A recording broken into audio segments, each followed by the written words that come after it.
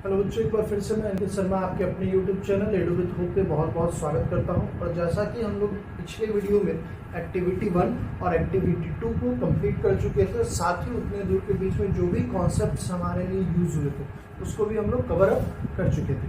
तो अभी आगे ये जो वीडियो बनेगा वो आपका एक्टिविटी नंबर 1.3 से हम लोग स्टार्ट करने वाले हैं। एक्टिविटी नंबर 1.3 होमवर्क में मैंने दिया था, अगर आपने नहीं बनाया तो कोई बात नहीं, मैं इसको सॉल्व करवा देता हूँ। तो हमारा एक्टिविटी नंबर 1.3 ये था कि take a few zinc granule in a conical flask और अ टेस्ट ट्यूब। तो जनरली हम मान लेते हैं कि यहाँ पे एक टेस्ट ट्यूब बना देते हैं इस तरीके का, और इसमें क्या करना है, एक हम ले लिया और इसमें कुछ जिंक ग्रेनुअल्स ले लिए, जिंक की ग्रेनुअल्स ले लिए। ये हमारा जिंक ग्रेनुअल हुआ।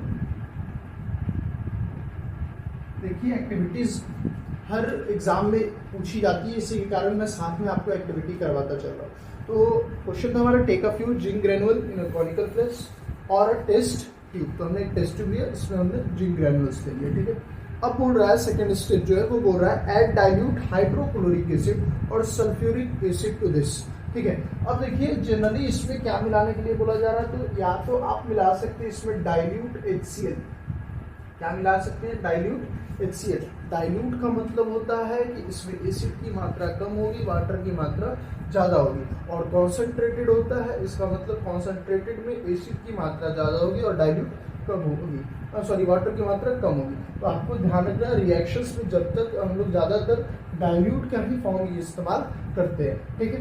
तो जनरली अगर हम देखें तो यहाँ पे डाइल्यूट HCl ले सकते हैं या फिर हम ले सकते हैं डाइल्यूट H2SO4। क्या ले सकते हैं? H2SO4, जिसको हम सल्फ्यूरिक एसिड बोलते हैं। अब चलिए इस रिएक्शन का क्या प्रभाव, अगर हम लोग इसमें क्या लिए, डाइल्यूट HCl लेते हैं और डाइल्यूट H2SO4 लेते, दोनों केसेस को हम लोग देख लेते हैं। तो देखिए यहाँ पे दोनों केसेस में आपको क्या मिलता है।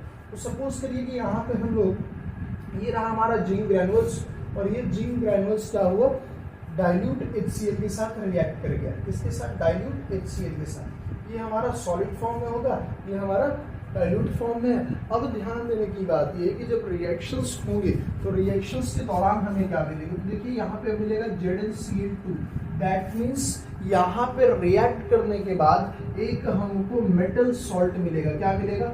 एक मेटेलिक सॉल्ट हमें मिलेगा, और साथ ही यहाँ से हाइड्रोजन गैस आपको ये निकलता हुआ मिलेगा, ठीक है। तो आपको ध्यान रखना है, ये भी आपको एक्वस सॉल्यूशन में मिलेगी, ठीक है। तो आपको बस ध्यान क्या देना है कि जब भी आप जिंक ग्रेनुअल्स को किसी भी डाइल्यूट एसिड के साथ लेते हैं, वो हमारा, अब डाइल्यूट एसिड ध्यान रखना है, वो हमारा आपको HCl हो सकता है, वो हमारा H2SO4 होता है। तो एक मेटेलिक सॉल्ट आपको प्रोवाइड करेगा और साथ ही हाइड्रोजन गैस वहाँ पे लिबरेट करता हुआ मिलेगा, मतलब बाहर निकलता हुआ मिलेगा। जैसे सेम केस मान लीजिए कि अगर हम यहाँ पे ZnS लिए, वापस से इसको H2SO4 के साथ रिएक्शन करवा रहे हैं, ठीक है। ये हमारे किस फॉर्म में? डाइल्यूट फॉर्म में होगा, ठीक है। तो वापस से जब हम रिएक्शन इसको करवाएंगे तो रिएक्शन करवाने के दौरान हमें मिलेगा क्या?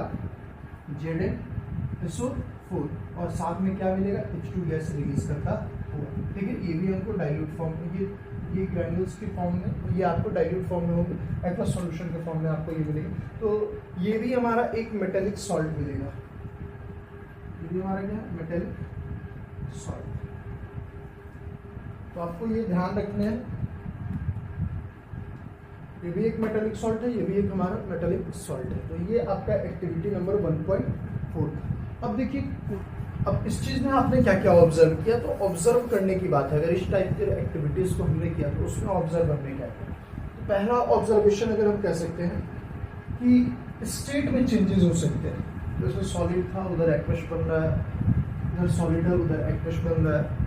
साथ ही दूसरा अगर हम बात करें तो दूसरा जो चीजें हैं, चेंज इन कलर भी हो सकता है। अब जरूरी नहीं कि हर रिएक्शंस में हर चीज़ आपको दिखे, लेकिन चेंज इन कलर भी हो सकता है। उसका हमने आपको रिएक्शन में आगे करवाऊंगा, ठीक है। साथ ही अगर हम बोले तो चेंज इन टेम्परेचर, कह रहा है कि आप अगर इसके बीकर को टच करके देखिएगा तो देखिए जहाँ से हाइड्रोजन गैस निकल रहा है, इवॉल्व हो रहा है, तो वहाँ पे जनरली एक तरह का एक्सोथर्मिक रिएक्शंस आपको क्रिएट हो रहा है, ठीक है। तो जनरली आपको हम कह सकते हैं कि जब आपका टेम्परेचर चेंज कर रहा है तो इसका मतलब यहाँ पे आपका ये जो रिएक्शन हो जा रहा है इसमें आपको टेम्परेचर भी डिफर हो रहा है, तो इसको भी आपको ध्यान रखना है। साथ ही अगर हम बात करें तो एवोल्यूशन ऑफ गैस भी हो रहा है। एवोल्यूशन ऑफ गैस कहने का मतलब गैस का बाहर निकलना। तो देखिए 4-5 ऐसे कैरेक्टरिस्टिक हैं जो हर रिएक्शन में जरूरी नहीं है कि सारा हो, किसी भी एक रिएक्शन में ये चीज़ें हो सकती है। तो आपको इसको ध्यान रखना है कि जब भी रिएक्शंस होते हैं तो उसमें बहुत तरह की जो रिएक्शंस के दौरान जो कैरेक्टरिस्टिक है वो आपको दिखेंगे। एवोल्यूशन ऑफ गैस हो सकता है, चेंज इन टेम्परेचर हो सकता है, चेंज इन स्टेट हो सकता है, चेंज इन कलर हो सकता है। तो ये सारा चीज़ आपको ध्यान रखना है, ठीक है। तो इतना क्लियर है। एक्टिविटी 1.4 है। तो अब हम बाकी इसको खत्म करने के बाद अब हम लोग थोड़े बहुत कैरेक्टरिस्टिक के बारे में पढ़ेंगे और एक दो एग्जाम्पल कोशिश करेंगे कि जाने। अच्छा, चेंज इन स्टेट का ये एग्जाम्पल होगा, चेंज इन टेम्परेचर का ये एग्जाम्पल होगा, क्योंकि आपको कई बार क्वेश्चंस में पूछ देते हैं। तो कलर कम्बिनेशन भी याद रखना है आपको, और कलर का तो आपको याद ही रखना है कि चेंज इन कलर वाले भी एग्जाम्पल आपसे पूछे जाते हैं। और पिछले वीडियो में मैंने लीड नाइट्रेट वाला आपको क्वेश्चन करवाया था जिसमें कलर चेंजेस हुए। तो आपको ये सारा चीज़ ध्यान रखना है, ठीक है। चलिए अब आगे हम लोग बढ़ते हैं कि जब रिएक्शंस, केमिकल रिएक्शंस होते हैं तो कौन कौन सी चीज़ें आपको प्रेजेंट होती है, मतलब कौन कौन सी चीज़ें आपको कैरेक्टरिस्टिक के फॉर्म में दिखती है। तो चलिए हम एक और हेडिंग डाल देते हैं, कैरेक्टरिस्टिक ऑफ केमिकल रिएक्शन। अब जरूरी नहीं है कि हर रिएक्शन में ये सारी कैरेक्टरिस्टिक आपको दिखेगी, ठीक है। तो सबसे पहला जो हम लोग पढ़ने वाले हैं वो है हमारा सबसे पहला जो है वो है चेंज इन स्टेट। स्टेट में चेंज होगा, मतलब रिएक्शंस अगर होंगे तो उनका स्टेट चेंज करेगा। इसका बहुत ही फेमस एग्जांपल है और आप लोग बचपन से इसके बारे में पढ़ते आ रहे हैं, ठीक है।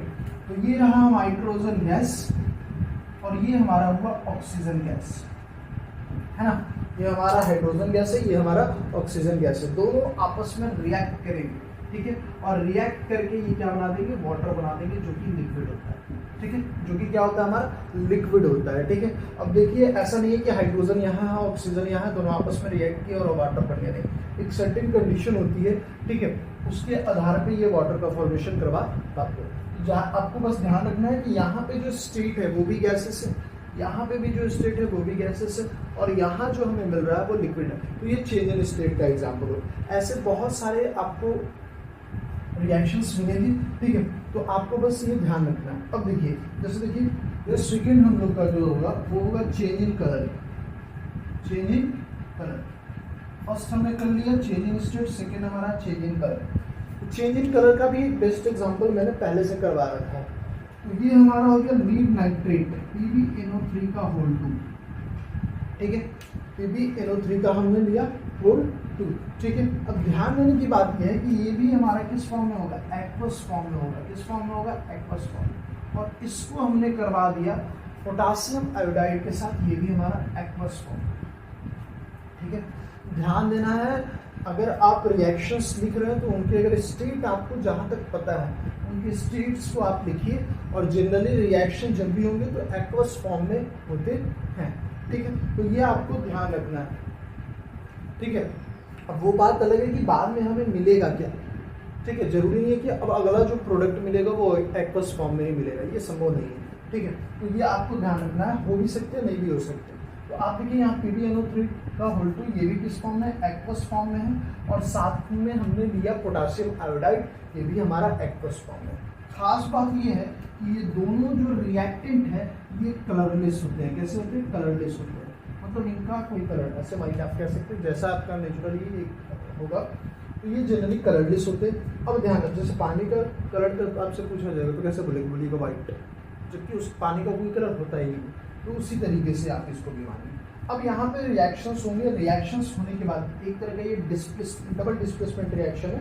आप पढ़िएगा अभी टाइप्स ऑफ रिएक्शन में, डबल डिस्प्लेसमेंट रिएक्शन, फिर आप कॉम्बिनेशन पढ़िएगा, डिकम्पोजिशन पढ़िएगा, एक्सोथर्मिक पढ़िएगा, रेडॉक्स पढ़िएगा, बहुत सारा रिएक्शन आपको पढ़ना है।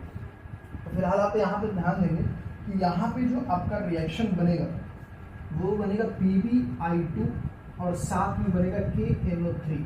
तो PbI2 जो होता है ये सॉलिड फॉर्म का होता है। किस फॉर्म का होता है, सॉलिड फॉर्म का होता है। और जो KNO3 मिला ये आपका एक्वस फॉर्म का होता है। मतलब सिंपल सी अगर हम बात करें कि यहाँ पे एक मैंने टेस्ट ट्यूब लिया और इसमें हमने क्या किया, दो चीज़ें ली थी, एक PbNO3 लिया था मैंने और एक हमने लिया क्या, KI, मान लीजिए ये के आई है, ब्लू वाला के आई है, दोनों का एक्वस सॉल्यूशन है, तो ब्लू वाला के आई है और ये हमारा PbNO3 है, तो ये दोनों PbNO3 का होल टू। तो यहाँ पे जनरली हमने दोनों को मिक्सअप किया, लीड नाइट्रेट को और पोटाशियम आयोडाइड को मिक्स किया, मतलब रिएक्ट करवाया। रिएक्ट करने के बाद दौरान क्या होगा कि यहाँ पे जो चीज़ें बनेगी वो PbI2 बनेगा, मतलब यहाँ पे लीड आयोडाइड बनेगा जो कि इस सरफेस पे जाके जम जाएगा, इस सरफेस पे जाके क्या हो जाएगा, जम जाएगा, ठीक है। तो ये सरफेस पे जाके इस तरीके से जम जाएगा और ये जो KNO3 होगा वो पूरे सॉल्यूशन के साथ क्या होगा, मिक्सअप होगा। तो आपको बस ध्यान यही देना है कि ये जो चीज़ें ये सॉलिड बन रही है, तो सॉलिड है तो बॉटम पे जाके वो क्या हो जाएगा, जम जाएगा, ठीक है। तो इस केस में क्या मिला हमको, तो एक चीज़ तो मिली कि यहाँ पे देखिए एक्वस से सॉलिड बन रहा है, हमको ये नहीं चाहिए, हमें इससे मतलब चेंज इन कलर, तो यहाँ तो कलरलेस होता है, तो यहाँ पे जो लीड आयोडाइड बनता है इसका कलर येलो हो जाता है, क्या हो जाता है, येलो इन कलर हो जाता है, ठीक है। तो आपको देखिए एक एग्जांपल कलर का भी मैंने दे दिया, चेंज इन स्टेट का भी दे दिया, चेंज इन कलर का भी दे दिया, ठीक है। तो आपको यहाँ पे ध्यान रखना है कि ये जो दोनों रिएक्शंस हैं वो आपके कैरेक्टरिस्टिक ऑफ केमिकल रिएक्शन को बता रहे हैं। चलिए तीसरा जो हमारा है वो है चेंज इन टेम्परेचर।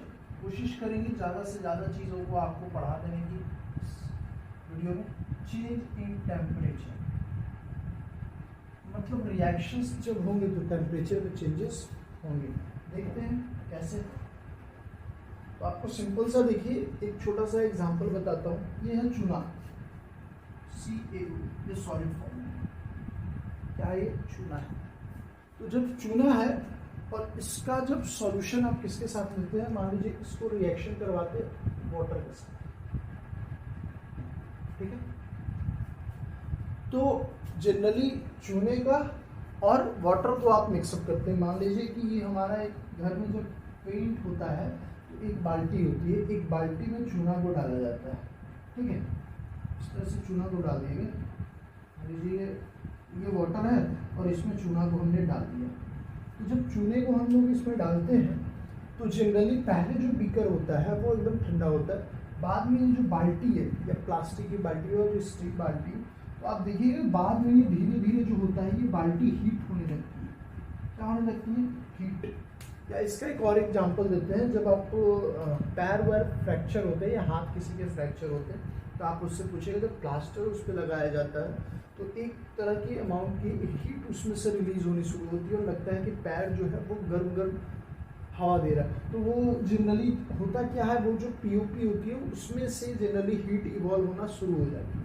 तो बस आपको यही ध्यान देना है कि अगर हम चूने को पानी में मिलाते हैं तो आपको जो बीकर है वो आपका क्या होता है, हीट रिलीज करता है और वो बीकर धीरे धीरे क्या होता है, हीट हो जाता है। तो आपको बस ध्यान यह देना है कि CaO का जब वाटर के साथ मिक्सअप होता है तो बनता है क्या, CaOH का होल टू, जिसको हम स्लेक्ड लाइम भी बोलते हैं, बहुत ही फेमस नाम है जो अक्सर यूज होगा आपके रिएक्शंस में और इससे सवाल हरदम आपसे पूछे जाते हैं। तो स्लेक्ड लाइम मिलता है, साथ ही आपका ये हीट इवॉल्व करता है। तो देखिए हमारा जब हीट बाहर निकलेगा तो यहाँ पे चेंज इन टेम्परेचर आपको दिखेगा, ठीक है।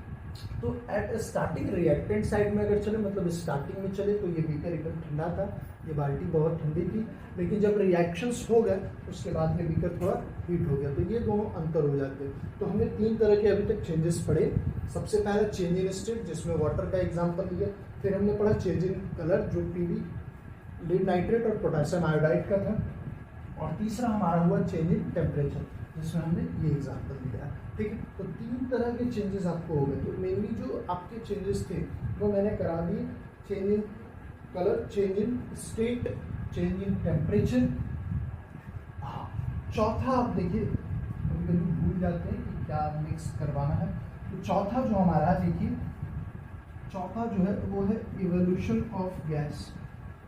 इवोल्यूशन ऑफ गैस मतलब जनरली रिएक्शंस होंगे तो गैस इवॉल्व होता हुआ दिखेगा, मतलब गैस आपको बाहर निकलता हुआ दिखेगा। इसके बहुत सारे एग्जाम्पल हैं, बहुत सारे, ऐसा नहीं कि सिर्फ हाइड्रोजन गैस से निकलेगा, कार्बन डाइऑक्साइड भी निकलता है, बहुत तरह के गैसेस आपको। तो जनरली सबसे पहला एक जो बेसिक एग्जाम्पल है वो हम ये लेते हैं कि Zn का रिएक्शन हमने HCl के साथ करवाया, ठीक है। कैसा HCl है, डाइल्यूट, ठीक है। और ये हमारा सॉलिड। तो यहाँ पे रिएक्शन होने के बाद बनता है ZnCl2 और साथ में यहाँ पे हाइड्रोजन गैस आपको इवॉल्व होता हुआ दिखेगा। तो यहाँ पे इवोल्यूशन ऑफ गैस का ये एग्जाम्पल हो गया। तो इस तरह के रिएक्शंस को आपको ध्यान रखना है। तो आपको ये 4 कैरेक्टरिस्टिक, मेजर 4 कैरेक्टरिस्टिक थे, जिसके मतलब है कि अगर केमिकल रिएक्शन होगा तो ये चारों चीज़ें आपको इवॉल्व होती हुई दिखेंगी। ठीक है, मतलब एक ही तरह के रिएक्शंस में नहीं, अलग अलग रिएक्शंस में अलग अलग तरीके की चीज़ें आपको होती हुई दिखेंगी। ठीक है, तो किसी में एवोल्यूशन ऑफ गैस होगा, किसी में चेंजिंग टेम्परेचर होगा, किसी में आपका स्टेट चेंज करेगा, किसी में आपके कलर चेंज होंगे। तो इस तरह के कैरेक्टरिस्टिक बहुत सारे रिएक्शंस में आपको देखे जाते हैं। तो यहाँ पे हमारा जो रिएक्शंस वाला पार्ट है, मतलब जो आपका कैरेक्टरिस्टिक वाला पार्ट है, वो आपका लगभग खत्म हो गया। ठीक है, अब अगर हम लोग आगे बढ़ते हैं तो आगे देखते हैं केमिकल इक्वेशन। जनरली हम लोग जो अभी शुरुआत में केमिकल रिएक्शन लिखना सीख रहे थे, उसमें सबसे पहली चीज़ ये सीखे कि केमिकल रिएक्शन होता क्या है। अब देखिए कई जगहों पर क्या होता है कि हम जो रिएक्शंस को लिखते हैं, जैसे हम रिएक्शंस को लिख रहे हैं तो हमें लिखना पड़ रहा हाइड्रोजन रिएक्ट विथ ऑक्सीजन। क्या लिखा हमने? हाइड्रोजन रिएक्ट विथ ऑक्सीजन, और बाद में फिर लिखते हैं hydrogen react with oxygen and form water. क्या हमने लिखा? वाटर। तो इस चीज को हम लोगों ने लिखा। अब इस चीज में बस हमें इतना पता चल रहा है कि हाइड्रोजन जो है वो ऑक्सीजन के साथ तो रिएक्ट कर रहा है और वाटर बना रहा है। ठीक है, लेकिन हमें ना किसी का स्टेट पता चल रहा है, ना किसी का हमें जनरली पता चल रहा है कि ये एक्सोथर्मिक दे रहा है, हीट इवॉल्व हो रहा है कि नहीं हो रहा है। जैसे हम रिएक्शंस लिखते हैं, जैसे देखिए एक आप अभी जाके आगे पढ़िएगा, बहुत सारा रिएक्शन पढ़िएगा, देखिए ये रिएक्शन बार बार रिपीट होगी। तो हम अगर बात करें यहाँ पे, देखिए एक मैं लिख रहा हूँ कैल्शियम कार्बोनेट, इसको हीट दिया जाता है। क्या दिया जाता है? हीट दिया गया। तो हमने हीट का साइन तो दिया कि नहीं, इसको हीट कर रहे हैं। अब हीट दे करने के बाद ये टूटता है और बनता है CO और CO2 गैस इवॉल्व होता है। ठीक है, कार्बन डाइऑक्साइड रिलीज होती है। अगर इसको आप वर्ड में लिखते हो तो लिखिए calcium carbonate is when calcium carbonate is heated it form calcium oxide and release carbon dioxide. तो ये लंबा सा एक वर्ड लिखना पड़ेगा। साथ ही इनके स्टेट को आप नहीं लिख सकते। जैसे मान लीजिए कि ये सॉलिड फॉर्म में है, ये भी सॉलिड फॉर्म में है, ये गैसेस फॉर्म में है। तो ये चीज़ें आप सिर्फ और सिर्फ स्केलेटल इक्वेशन में ही बता सकते हैं, जिसको हम केमिकल इक्वेशन बोलते हैं। तो केमिकल इक्वेशन कहने का मतलब सिंपल सा है कि ऐसा रिएक्शन जिसको हम एक सिंबॉलिक फॉर्म में लिखते हैं। ठीक है, किस फॉर्म में लिखते हैं? सिंबॉलिक फॉर्म में उसको हम लोग लिखते हैं। ठीक है, तो ये सारा जो चीज़ हमने लिखा है वो क्या है? सिंबॉलिक फॉर्म में ही लिखा हुआ है। तो आपको बस इतना ही ध्यान रखना है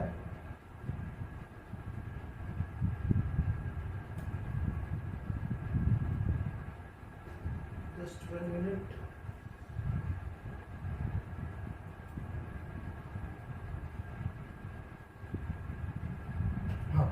तो जनरली अगर हम लोग बात करें कि केमिकल इक्वेशन क्या होता है, तो सिंपल सा मैं बता देता हूँ। A chemical equation written in the form of a symbol and formula is called a skeletal chemical equation. अब देखिए इसके लिखने के बहुत सारे तरीके हैं। जैसे हमने अभी बताया था कि हाइड्रोजन ऑक्सीजन के साथ रिएक्ट किया और वाटर बन गया, लेकिन हमको जो जनरली लिखना है, जो फॉर्म हमें चाहिए, वो चाहिए क्या?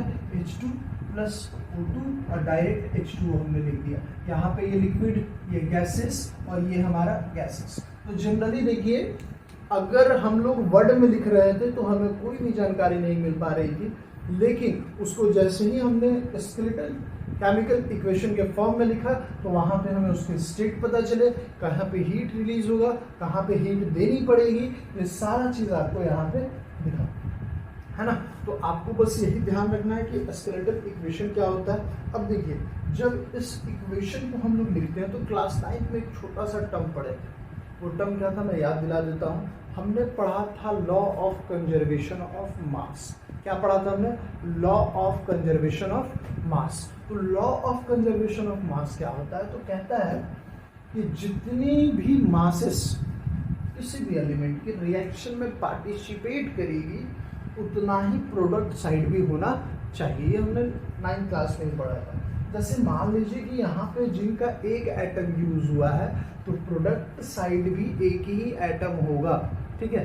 अब मान लीजिए कि इधर हाइड्रोजन एक पार्टिसिपेट किया है तो इधर हाइड्रोजन 2 हो गया, ये संभव नहीं है। ये product side sorry reactant side और product side number of atoms आपके क्या होने चाहिए, इक्वल होने चाहिए। नंबर ऑफ एटम्स आपके क्या होने चाहिए, इक्वल होने चाहिए। ये किस में होने चाहिए, तो इस चीज को करने के लिए हम लोग एक और नया टॉपिक पढ़ेंगे अभी, बैलेंस्ड इक्वेशन। बैलेंस्ड इक्वेशन मतलब इक्वेशन जनरली बैलेंस नहीं रहेगा, लेकिन उसको हमको क्या करना पड़ेगा, बैलेंस करना पड़ेगा। अगर आप बैलेंस नहीं करते हैं तो वो पूरा रिएक्शन एक तरीके से गलत माना जाएगा। तो एग्जाम के पॉइंट ऑफ व्यू से आपको रिएक्शन को बैलेंस करना बहुत ज़रूरी है, ठीक है। जैसे मैंने देखिए बहुत सारे रिएक्शन ऑलरेडी लिख रखे हैं, तो आप बस देखिएगा और मैं कोशिश करूँगा कि यहीं पे आपको बैलेंस इक्वेशन बता दूँ कि बैलेंस इक्वेशन होता क्या है, बस अभी समझाने के लिए। उसके बाद मैं हीट एंड ट्रायल मेथड से आपको करके दिखाऊंगा। तो फिलहाल अभी देखिए बैलेंस इक्वेशन क्या होता है, मैं उसको समझा रहा हूँ। कैल्शियम एक है, इधर भी कैल्शियम है। हर एलिमेंट के एटम्स LHS साइड और RHS साइड दोनों साइड क्या होने चाहिए, सेम होने चाहिए, ठीक है। तो यहाँ पे देखिए मैंने यहाँ कैल्शियम एक है, यहाँ पे भी कैल्शियम एक है, यहाँ ऑक्सीजन 3 है और यहाँ भी देखिए 1 और 2 3 है।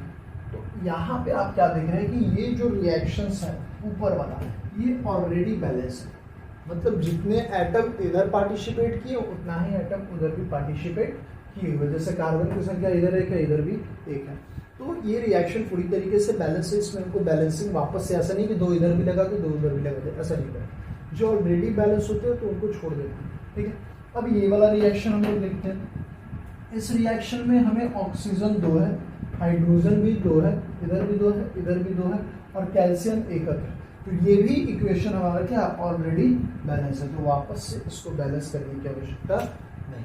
अब जिसको करने की आवश्यकता नहीं उस पर काम ही नहीं करना, उसको भूल जाएंगे, ठीक है।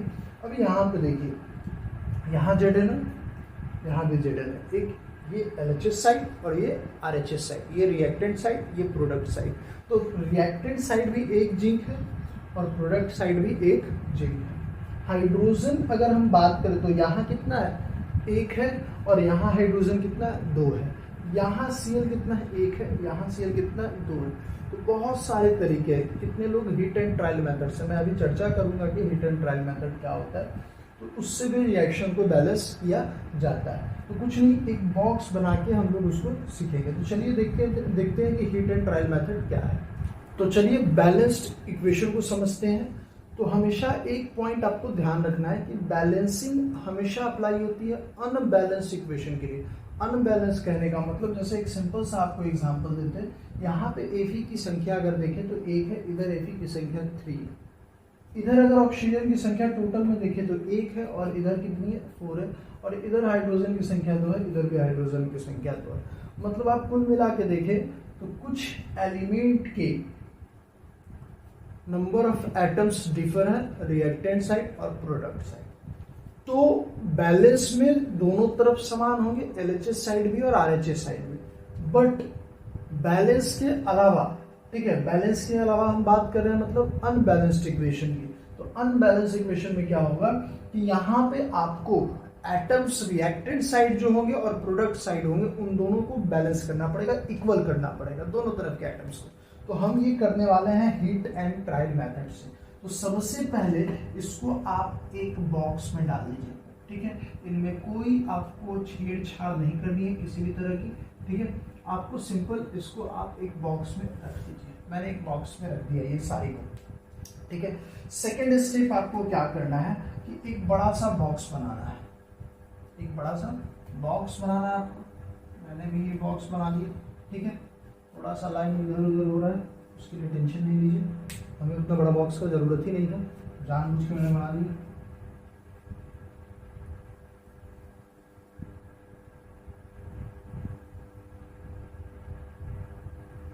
ठीक है,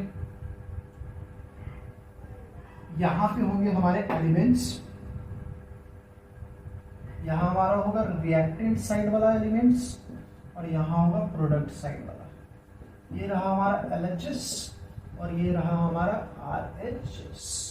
अब यहाँ पे देखिए Fe की बात करें तो Fe रिएक्टेंट साइड अगर हम देखें तो 1 है, बट प्रोडक्ट साइड अगर हम देखें तो 3 है। साथ ही अगर हम बात करें उसके बाद ऑक्सीजन की, तो ऑक्सीजन हमारा 1 है, इधर इस साइड चलेगी तो ऑक्सीजन हमारा 4 है प्रोडक्ट साइड। हाइड्रोजन की अगर बात करें हाइड्रोजन की, तो हाइड्रोजन इधर भी 2 है और इधर भी 2 है। मतलब क्या है कि हाइड्रोजन को हमको बैलेंस करने की आवश्यकता नहीं है, ठीक है।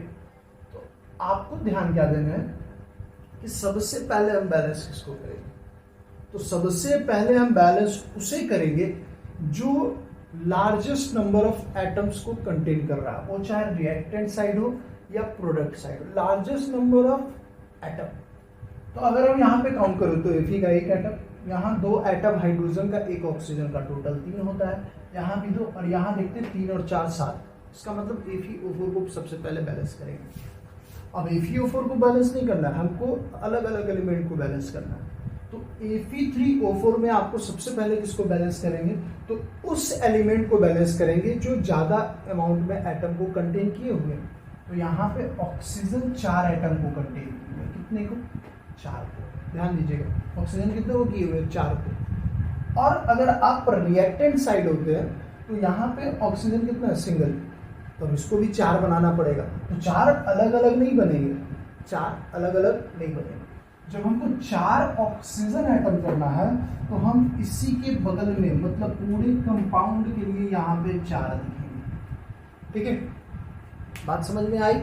सबसे पहला स्टेप क्या करना है, लार्जेस्ट नंबर ऑफ एटम जो कंपाउंड एग्जिस्ट रखे हुए हैं उसको पहले हम सेलेक्ट करेंगे, उसमें से भी जो एलिमेंट ज्यादा एटम वाला है उसको हम बैलेंस करेंगे। तो ऑक्सीजन इधर 4 था, तो LHS साइड में हमको कितना से मल्टीप्लाई करना पड़ेगा, 4 से, तो हम H2O में 4 से मल्टीप्लाई कर देंगे। कोई समस्या होगी थोड़ी बहुत। अभी देखिए ना, एक और तरीका बताऊंगा, उससे आप फटाफट करते चले जाएंगे, ठीक है। ऐसा नहीं है एक चीज़ कभी नहीं सीखना चाहिए, तरह तरह की चीज़ों करने के, जैसे मैथ्स आप बनाते तो 3-4 फॉर्मूले से बनते, सेम यहाँ पे भी वही था। तो यहाँ पे हमारा ऑक्सीजन तो बैलेंस हो गया, इसमें कोई समस्या नहीं है। अब बच गया Fe और साथ में बच गया हमारा हाइड्रोजन। तो अब अगर हाइड्रोजन की संख्या अब आप देखेंगे तो हाइड्रोजन की संख्या हो गई 8। कितनी हो गई हाइड्रोजन की संख्या, 8, और 4 ऑक्सीजन। तो अगर हाइड्रोजन 8 हो गया किस साइड, रिएक्टेंट साइड, तो हमें प्रोडक्ट साइड भी हाइड्रोजन को 8 करना पड़ेगा, और इधर भी हमको मल्टीप्लाई करना पड़ेगा कितने से, 4 से। किसमें, हाइड्रोजन। मतलब हम H2 वाले कंपाउंड में 4 से मल्टीप्लाई कर देंगे। तो यहाँ पे हाइड्रोजन भी बैलेंस, ऑक्सीजन भी बैलेंस, बच गया क्या हमारे पास, Fe3। तो प्रोडक्ट साइड Fe कितने, 3, हमें रिएक्टेंट साइड भी Fe कितने करने पड़ेंगे, 3। तो यहाँ पे Fe हो गया 3। ध्यान देना है, हमेशा आपके जो नंबर्स हैं जिसको हम लोग आगे जाके पढ़ेंगे कोफिशिएंट बोलते हैं, साथ ही हम लोग स्टेकोमेट्रिक कोफिशिएंट बोलते हैं, 11th में टर्म पढ़नी है। तो आपको बस ध्यान देना कि ये जो नंबर है, ये नंबर हमेशा आगे लिखे जाएंगे। ये नहीं कि अब हम ऑक्सीजन बैलेंस करें तो यहाँ 4 लगा देंगे, वो काम नहीं चलेगा। हमेशा इसको आगे रखना, तभी आप बैलेंसिंग कर पाइएगा, ठीक है। एक और अभी हमने रिएक्शन लिखा था, अच्छा एक मिनट। अब आपकी बात आती है कि सर आपने तो बोला ये hit and trial method, normal method क्या है, तो नॉर्मल मेथड है जो सब कोई जानता है, पहले मेटल को बैलेंस करो, फिर आपके नॉन मेटल को बैलेंस करो, लास्ट में गैसेस को बैलेंस करो। अब समस्या ये आ जाती है कि ठीक है सर बैलेंस करते हैं, इसी को हम ऊपर लिखते हैं। जैसे पहले मेटल को बैलेंस करने की बात है तो मेटल हमारा Fe है तो 3Fe करती है, समस्या खत्म, 3Fe करती है। अब आगे बढ़ते हैं। अब हाइड्रोजन और ऑक्सीजन में किसको पहले बैलेंस करें, दोनों गैसेस हैं, तो जिनका एटॉमिक नंबर ज़्यादा है उसको बैलेंस करो। देखो एक रूल बन रहा है, जिनका एटॉमिक नंबर है उसको पहले बैलेंस करो।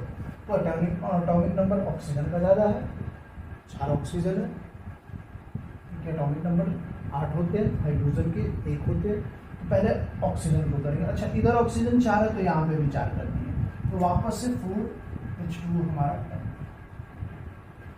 अब इसमें तो कोई काम नहीं करना था, ये तो बैलेंस है ऑलरेडी। Fe को भी हमने बैलेंस कर रखा है और ऑक्सीजन को भी बैलेंस कर रखा है, तो इसमें तो कोई समस्या नहीं है भाई, इसको हम कुछ कर नहीं सकते। बच गया क्या हमारा हाइड्रोजन। अब हाइड्रोजन को अगर देखेंगे हम इधर, तो हाइड्रोजन ऑलरेडी 8 इधर है, 2 इधर है, इधर कितना लगा देंगे 4, तो यहाँ पे भी 8 हो जाएगा हाइड्रोजन। तो इस तरीके से भी आप बैलेंस कर सकते हैं। बैलेंस करने का बहुत सारा तरीका है। तो एक और रिएक्शंस मैं लिख देता हूँ आपको, 1-2 रिएक्शंस और है, मैं उसको लिखता हूँ, उसके बाद आपको मैं करवा देता हूँ, ठीक है। तो आपको क्लियर हो जाएगा किस तरह से रिएक्शंस को करने हैं। और फिर से मैं कह रहा हूँ, जिसको भी बैलेंसिंग सीखनी है स्पेशल अलग वीडियो है एक फ्रीक्वेंसी नंबर के आधार पे, आप उसको जाके देखिए, बहुत ज़्यादा हेल्पफुल आपके लिए रहेगा, ठीक है। तो चलिए एक और मैं रिएक्शन आपको करवा देता हूँ। तो देखिए जनरली अगर हम बात करें तो 2 और रिएक्शन मैंने लिया है केमिकल इक्वेशन से। ऐसे अगर आपको और प्रैक्टिस करना है केमिकल इक्वेशंस पे, तो आपके पास एक वीडियो है, इस चैनल पे जाइए, प्लेलिस्ट को खोलिए, वहाँ पे आपको फ्रीक्वेंसी नंबर पे, ऑक्सीडेशन नंबर के आधार पे फ्रीक्वेंसी नंबर पे आपको पूरा मिल जाएगा वीडियो, बैलेंस इक्वेशन का बहुत ही मज़ेदार तरीके से बताया हुआ है, उसको आप जाके देखिएगा, ठीक है। तो फिलहाल देखिए 2 मैंने रिएक्शंस किए हैं और दोनों को हीट एंड ट्रायल मेथड पे हम लोग पहले सॉल्व करेंगे, ठीक है। हीट एंड ट्रायल मेथड हमारा पढ़ चुके हैं क्या होता है। तो हीट एंड ट्रायल मेथड में सबसे पहला जो था स्टेप 1, हमने कहा था कि इन सारे में से उसे देखना है, उस कंपाउंड को देखना है जो लार्जेस्ट नंबर ऑफ एटम को कंटेन किए हुए। तो देखिए ये 1 एटम को कंटेन किए हुए, ये 2 एटम को कंटेन किए हुए, ये 3 एटम को किए हुए, 1 Zn का और 2 क्लोरीन का, टोटल कितने एटम हो गए 3, और ये कितना 2। तो सबसे पहले किसको हम कंसिडर करेंगे, और इसमें भी उसे कंसिडर करेंगे जो ज़्यादा अमाउंट में पाया गया है। मतलब क्लोरीन के यहाँ पे 2 एटम है और Zn के 1 एटम है, तो हम क्लोरीन को सबसे पहले बैलेंस करेंगे। रूल याद रखेंगे, फटाफट बनेगा। देखिए क्लोरीन के कितने हैं 2, तो हमें अब जिस तरफ क्लोरीन है उसके पूरे मोल को, मतलब पूरे कंपाउंड को हमको 2 से मल्टीप्लाई, हमेशा ऐसे बॉक्स बना देना, कंफ्यूजन ही नहीं रहेगा, हमेशा ऐसे बॉक्स बना देना, ठीक है। अब हमने क्या बोला कि यहाँ पे तो क्लोरीन 2 है, तो हमको इधर भी 2 करना है, तो पूरे बॉक्स को कितने से मल्टीप्लाई करेंगे 2 से। कोई समस्या, मैंने कर दिया। अब चलिए, तो हमारा क्लोरीन खत्म हो गया। अब हम Zn को करें या H2 को करें, दोनों में से किसी को भी आप कर सकते हैं, ठीक है। तो चलो भाई Zn को देख लेते हैं, सिंपल सी बात है। तो Zn इधर भी 1 है और इधर भी 1 है, हाइड्रोजन इधर 2 है और इधर भी हाइड्रोजन 2 हो गया। तो इतना ही रूल का काम है और ये बैलेंस हो गया, बस इतना ही रूल है, एक्स्ट्रा नहीं है। अब इसको आप पहले करो, आपको मैंने करने का टाइम दिया 30 सेकेंड का, 40 सेकेंड का, आप वीडियो पॉज करके करोगे, हम तो कंटिन्यूसली करेंगे वरना वीडियो लंबा हो जाएगा। तो जनरली अब आपको इसको करना है। क्वेश्चन हमारा Cu + H2 बनेगा CH3OH। हमें ये कभी नहीं लेना देना है कि नंबर ऑफ एटम्स किस तरफ ज़्यादा हो रहे हैं, जिस तरफ ज़्यादा रहो उससे कोई फर्क हमें नहीं पड़ता है। तो अब देखिए इसमें से Cu H2 और यहाँ पे CH3OH, ठीक है, इसको बोलते हैं मिथाइल अल्कोहल। आगे पढ़नी है कार्बन में, अभी नहीं, ठीक है। तो जनरली अगर हम बात करें तो यहाँ पे इन सारे में सबसे ज़्यादा नंबर ऑफ एटम कौन कंटेन किए हुए है पूरे रिएक्शन में, तो ये वाला कंपाउंड सबसे ज़्यादा नंबर ऑफ एटम को कंटेन किए हुए है। अब इसमें भी ध्यान देना है, क्या ध्यान देना है, लार्जेस्ट नंबर ऑफ एटम्स किस एलिमेंट के है। तो भाई 3 और 1 4 हाइड्रोजन है, कितने हाइड्रोजन है 4, तो सबसे पहले हाइड्रोजन को बैलेंस करेंगे। तो इधर 4 है और इधर कितने दिख रहे हैं 2, तो इधर भी क्या कर देंगे, बॉक्स बनाएंगे और 2 कर देंगे, बॉक्स बनाएंगे सारे का, सिंपल सा। अच्छा बॉक्स, अब एग्जाम में बॉक्स नहीं लिखना है, उसके नीचे फटाक से ऐसे कर लेंगे, ठीक है, ऐसे करके लिख लेंगे, बॉक्स नहीं बनाइएगा वहाँ, ठीक है। अब यहाँ पे देखेंगे तो Cu, अब अच्छा बॉक्स बना ली, हाइड्रोजन की संख्या इधर 4, इधर 3 और 1 4, बैलेंस। अब या तो कार्बन को कर लो या ऑक्सीजन को कर लो, तो कार्बन भी 1 और ऑक्सीजन भी 1, इक्वेशन हमारा क्या होगा, बैलेंस। तो बहुत ही आसान है बैलेंसिंग, किसी भी तरह का टेंशन आपको नहीं लेना है, ठीक है, बहुत इजी तरीका है। आप 5 क्वेश्चन 10 क्वेश्चन 20 क्वेश्चन का प्रैक्टिस करिए। फिलहाल आप इसको अगर समझ लिए तो अच्छी बात है, आप NCERT से प्रैक्टिस कर सकते हैं, क्योंकि अब एंड एक्सरसाइज क्वेश्चन है, उसका भी एक वीडियो मैं लेके आऊँगा, लेकिन थोड़ा टाइम लगेगा, थोड़ा सा मुझे दिक्कत होती है, तो मैं अभी नहीं फिलहाल, लेकिन मैं कोशिश करूँगा कि ज़्यादा से ज़्यादा वीडियो आपको दूँ ताकि आपके चैप्टर्स जल्दी जल्दी कंप्लीट हो, ठीक है। तो मैं ये भी कोशिश कर रहा हूँ कि रेगुलर वीडियोज़ आए, पर थोड़ा सा मुझे कुछ प्रॉब्लम हो जाता है। तो आप कोशिश करें सबसे पहले हमारे साथ जुड़े रहने का, चैनल को सब्सक्राइब करें साथ ही, ठीक है। तो अब नेक्स्ट वीडियो में हम लोग बात करेंगे टाइप्स ऑफ रिएक्शन की। आज के लिए यहाँ तक काफ़ी है, फिर नेक्स्ट वीडियो में हम आपसे मिलेंगे नए टॉपिक के साथ। और जो हमारे चैनल पर नए हैं वो हमारे चैनल को सब्सक्राइब करें, साथ ही बहुत ज़्यादा शेयर करें, ताकि मुझे भी आपको पढ़ाने में मज़ा आए, ठीक है, और आपको भी समझने में कोई समस्या न रहे, ठीक है। एक दोनों तरफ से इंटरेक्शन बना रहेगा तो ज़्यादा बेटर रहेगा और जल्दी जल्दी वीडियोस भी आपको मिलेगी। सिंपल सी भाषा में कहूँ कि एनर्जी हमें तब मिलेगी जब उधर से कुछ फीडबैक हमें दिखेगा, नहीं मेरे बच्चे यूज कर रहे हैं उसके हिसाब से, ठीक है। तो वीडियो को देखने के लिए बहुत बहुत आपका एक बार फिर से बहुत बहुत आपका धन्यवाद।